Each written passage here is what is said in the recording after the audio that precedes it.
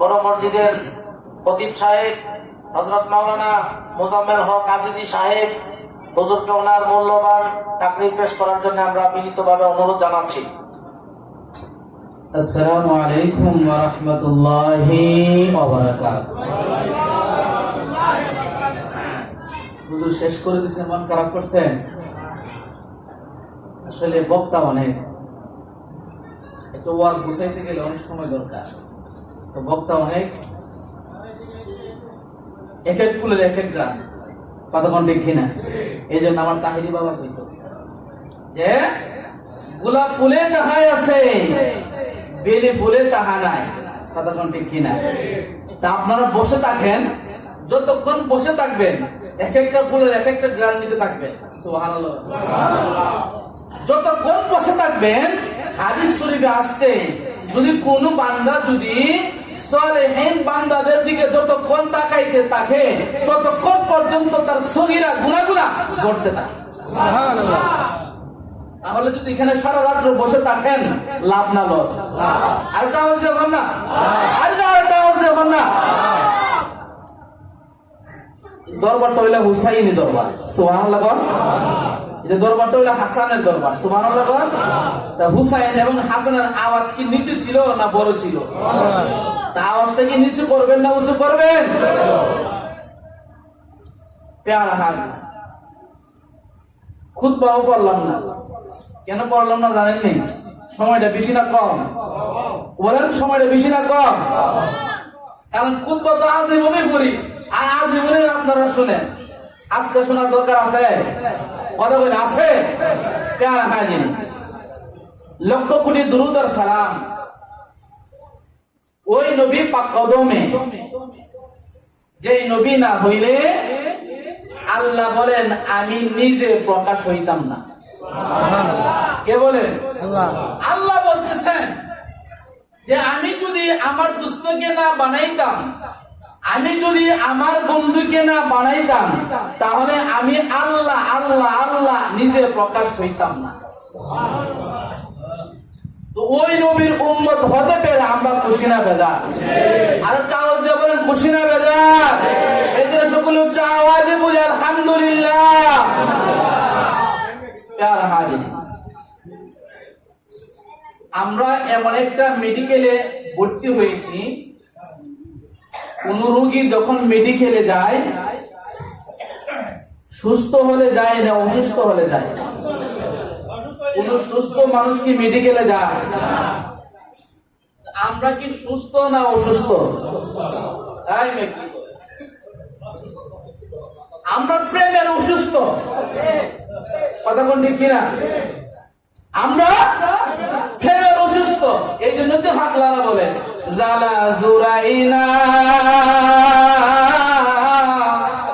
জালা জুরাইনা রে, আমার ভিতরে লাইগাছে নবী প্রেমের আগুন রে, জালা জুরাইনা জালা জুরাইনা রে। আমরা এখানে আসলে রোগী হিসাবে, কথা বল ঠিক কিনা? আমাদের কলম মরে গেছে, যার কারণে আমরা ভালো কোনটা বুড়া কোনটা যাচাই করতে পারি। এখানে আসছে আমরা যাচাই করে নিই। আমাদের ব্যাটারি খালি, আমাদের ব্যাটারি কি? এক কথা বলেন, আমাদের ব্যাটারি কি? আমরা আস্তি হাতকে চার্জ করাই না। সুবহানাল্লাহ বলেন না? সুবহানাল্লাহ বলেন না? দরবারে আসবেন, এইটা একটা মেডিকেল।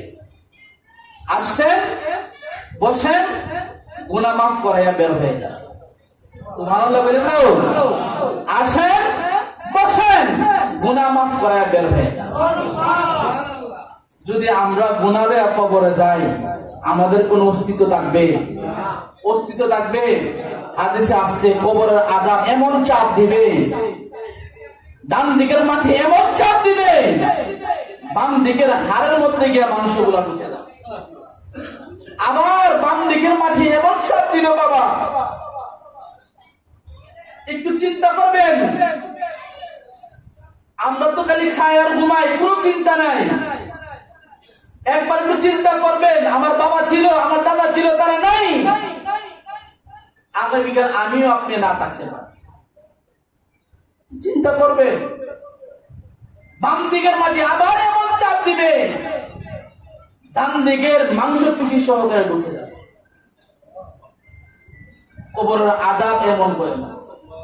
তাহলে আমরা যদি এই গুনাহ নিয়ে কবরে যাই, তাহলে আমাদের কোনো অস্তিত্ব থাকবে? আমরা সহ্য করতে পারবো? আল্লাহর ওয়ালি তোমার দরবারে এ আসামি হাজির হইয়াছি। আমরা আসামি কিনা? আমরা আসামি নি? বলেন, আল্লাহর ওয়ালি আপনার দরবারে এই আসামি হাজির, হাতে করা পায়ে বেরি এই আসামি ফেলুয়ারি ফারুক সার কুটে সালানো হইয়াছি। কথা বল ঠিক না? আল্লাহর ওয়ালি তোমার দরবারে এই গোলামরা হাজির হইয়াছি, হাতে করা পায়ে বেরি এই আসামি ফেরুয়ারি আপনার কোটে সালানো হইয়াছি। আপনার মোহন এজলাসে ক্ষমা পাবো এই আসে। আল্লাহু আকবার বলেন। আপনার মোহন এজলাসে ক্ষমা পাবো এই আসে, আপনার কাছে হাজির হইয়াছি। ফারুক বাহাবা তোমার দরবারে এই গোলামরা হাজির হইয়াছি। আওয়াজ বলেন আল্লাহু আকবার। বন্ধুরে বন্ধুরে কিভাবে তোমাকে বুঝাইব? ইমাম হাসান এবং ইমাম হুসাইন কেমন ছিলেন?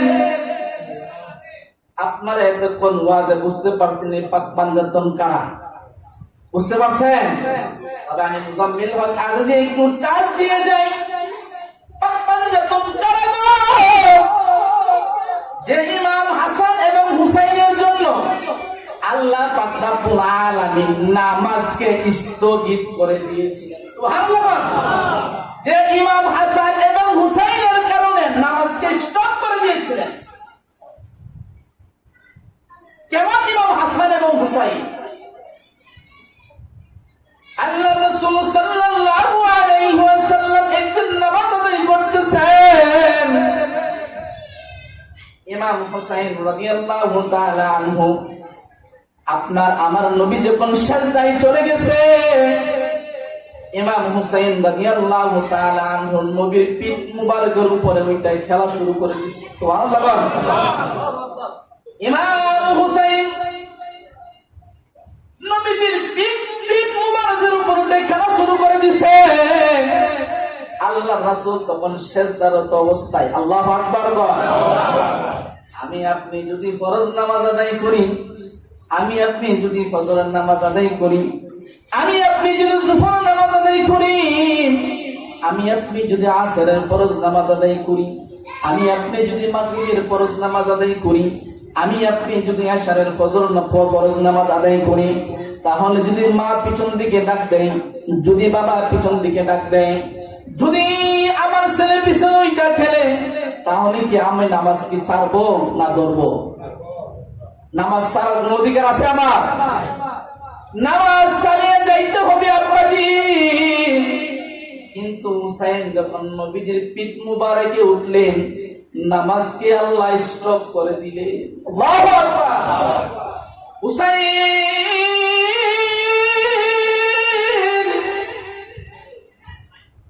এই আমার পাক পাঞ্জাতনের আশিকিন জাকিরিন বাবা জিরাহানি,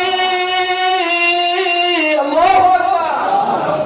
কেমন হাসান এবং হুসাইন পিঠ মুবারকের মধ্যে ওইটা হুসাইন খেলা করে, সঙ্গে সঙ্গে আল্লাহ ওহী জিবরাইলকে পাঠাই দিলেন, জিবরাইল যাও যাও যাও, চলে যাও চলে যাও, আমার বন্ধুর খানে গিয়ে খানে খানে বলে দাও, যতক্ষণ পর্যন্ত হুসাইন ফিট মুবারক থেকে না উঠবে ততক্ষণ পর্যন্ত নবী যেন সিজদায় থেকে না উঠে।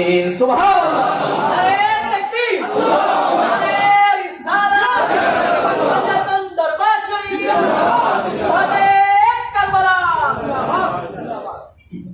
ইমাম হুসাইন যতক্ষণ পর্যন্ত নবীর পিঠ মুবারকের মধ্যে ছিল, যতক্ষণ পর্যন্ত ইমাম হুসাইন পিঠ মুবারকের মধ্যে বৈশা খেলা করতেছে, ততক্ষণ পর্যন্ত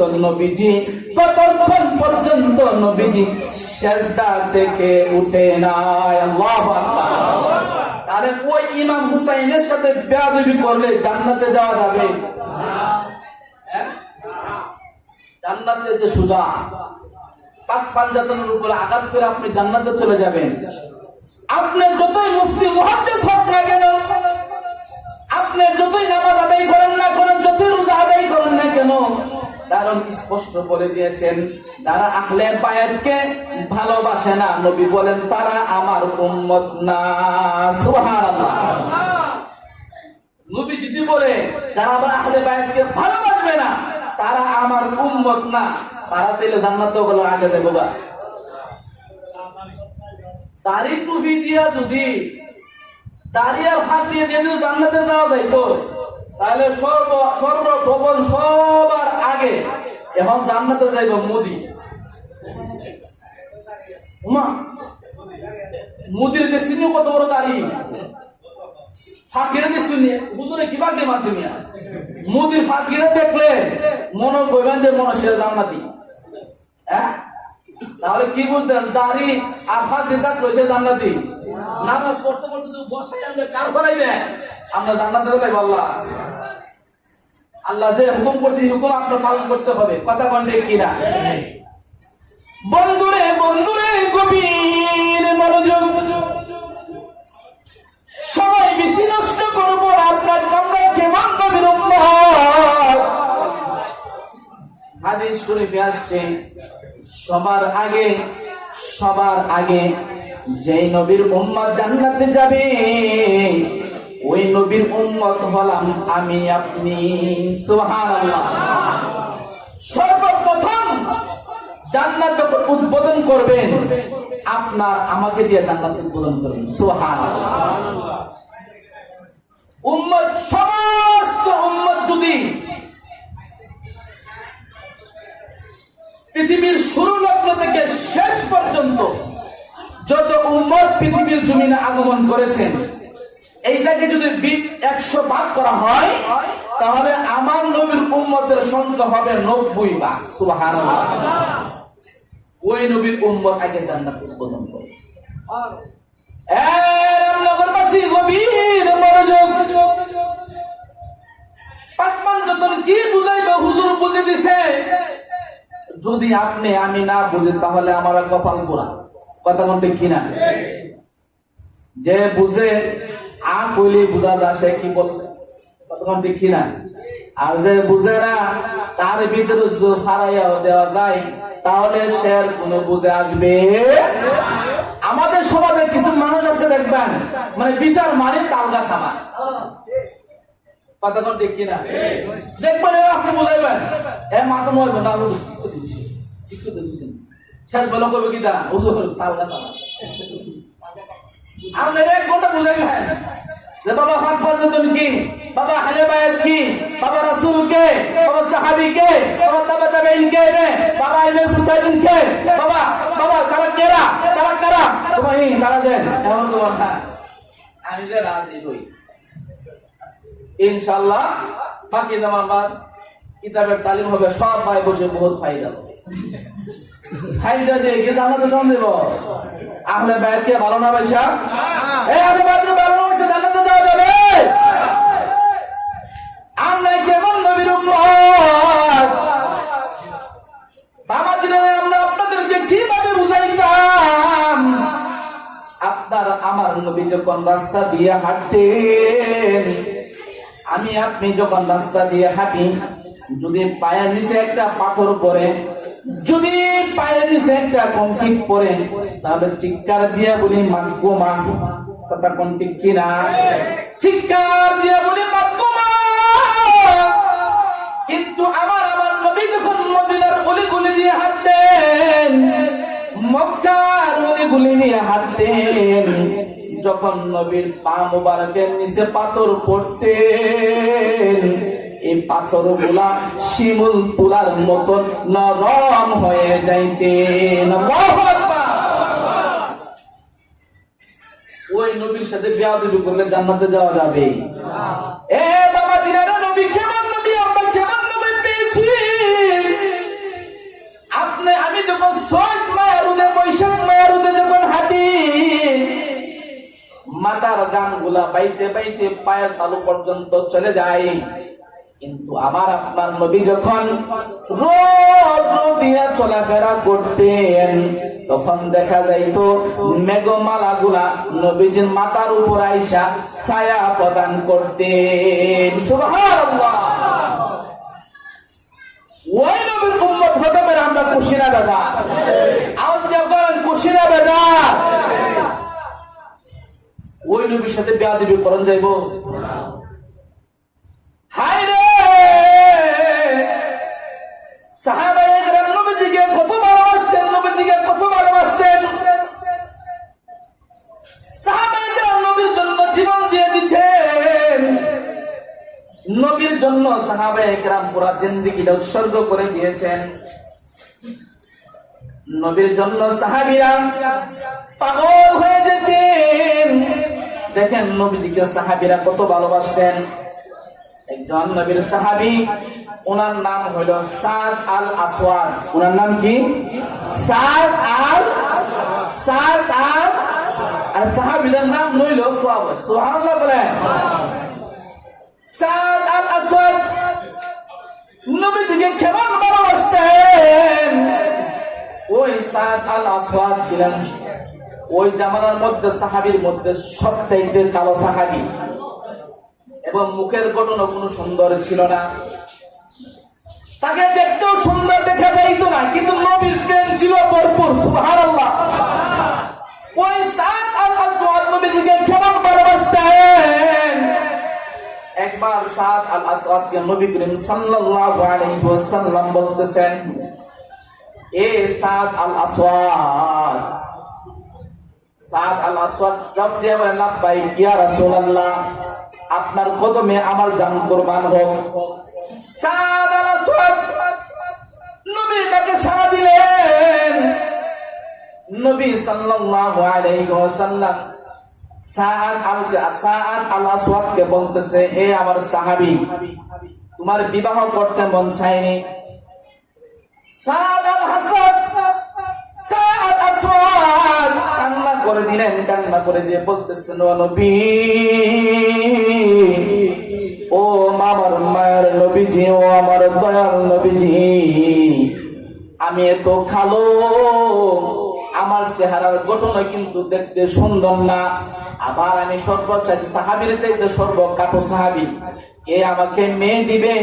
কে আমার কাছে বিবাহ দিবে? নবী করিম সাল্লাল্লাহু আলাইহি ওয়াসাল্লাম বলেন, এ সাদ, আল্লাহু আকবার, তুমি শুধু একবার রাজি হয়ে যাও, মেয়ের ব্যবস্থা আমি নবী করে দিব। আল্লাহু আকবার। সাদ আল আসওয়াদ রাজি হয়ে গেলেন। সাদ আল আসওয়াদকে নবী করিম সাল্লাল্লাহু আলাইহি ওয়াসাল্লাম একটা চিঠি লিখে দিলেন। এই সাদ আল আসওয়াদ এই চিঠিটা নিয়ে মদিনার মধ্যে সর্বোচ্চ ধনী যে এবং মদিনার মধ্যে সর্বোচ্চ যে মেয়েটা সুন্দরী, তৎকালীন মধ্যে ওই সুন্দরী মহিলাকে নাম দিয়েছিল মদিনার হুর। আল্লাহু আকবার। এমন সুন্দর মহিলা নবীর হুকুম পাইয়া চিঠিটা লইয়া দৌড়াইয়া চলে গেলেন। ওই ঘরে গিয়া মেয়ের বাবার কাছে চিঠিটা ধরাইয়া দিলেন। চিঠিটার মধ্যে লেখা ছিল, হে আমার সাহাবী, তোমার মেয়ে বিবাহ দেওয়ার জন্য একটা পাত্র পেয়েছি। পাত্রটা হইল যে চিঠি নিয়ে গেছে ওই লোকটাই হইল পাত্র। সুবহানাল্লাহ। তখন ওই ব্যক্তি চিন্তা করতে লাগলেন, হাই হাই, নবী আমার মেয়ের জন্য কেবল জামাতা পছন্দ করেছেন। আমার মেয়ে হইল মদিনাওয়ালার মধ্যে, মদিনার মধ্যে সবথেকে সুন্দরী মেয়ে, যার কারণে নাম দিয়েছিল মদিনার হুর। হাই হাই, এই মেয়ের সঙ্গে এত কুচ্ছিত ছাড়া, যে ছাড়া কাটু দেখতেও সুন্দর না, কিভাবে আমার মেয়ে বিয়ে দিব? ওই কথা শুনে স্যার আসওয়াদ মনটা খারাপ করে দিয়ে বের হয়ে যাইতেছেন। দূর থেকে ওই সাহাবীর মেয়ে দেখতে পেলেন, হাই হাই দৌড়াই আব্বার কাছে চলে গেলেন যে আব্বা, ও আমার বাজান, কিছুক্ষণ আগে দেখলাম ওই কালো সাহাবীরা আপনার কাছে হাসতে হাসতে চিঠি নিয়ে আসলেন, আবার যাওয়ার সময় মনটা খারাপ করে চলে যাইতেছে, কারণটা কি একটু জানতে চাই? ওই সাহাবী ডাকতে বলেন, হে আমার কন্যা, ও আমার মা, নবীজি আপনার জন্য একটা পাত্র ঠিক করেছিল, ওই পাত্রটাই হইল ওই সাহাবী, যে সাহাবী মন খারাপ করে চলে যাইতেছে। সুবহানাল্লাহ। তখন এই সুন্দরী মেয়ে কি করলেন? তাকে মদিনার হুর বলে ডাকলেন। ওই মদিনার হুর বলতেছে, আব্বা, এই মুহূর্তে গিয়ে যদি এই কালো সাহাবী নবীর কাছে নালিশ করে, তাহলে আপনিও জাহান্নামে যাবেন, আমিও জাহান্নামে যাব। সুবহানাল্লাহ। তখন ওই মহিলা ডাক দিয়ে বলেন, আব্বা, নবী যাকে পছন্দ করেছেন, আমি মদিনার হুর হলেও আমি এই কালো সাহাবীকে বিয়ে করতে রাজি। সুবহানাল্লাহ। আব্বা দৌড়ে চলে যান, ওই সাহাবীকে আটকান, সাহাবীকে আটকান। যদি আপনার ওই সাহাবী দৌড়াইয়া নবীর কাছে চলে যায় আর যদি নালিশ করে বসে, তাহলে আপনিও জাহান্নামী, আমিও জাহান্নামী। তাহলে এত সুন্দর দিয়ে লাভ হলো কি? এত ভালোবাসা দিয়ে লাভ হলো কি? ও আব্বা দৌড়াইয়া চলে যান, ওই সাহাবীকে দৌড়াইয়া নিয়ে আসেন। দৌড়াইতে দৌড়াইতে সাহাবী কালা সাহাবীকে দৌড়াইয়া নিয়ে আসলে আটকাইলেন। এ আমার সাহাবী, আসো আসো আসো, আমার মেয়ে তোমার কাছে বিবাহ হবে।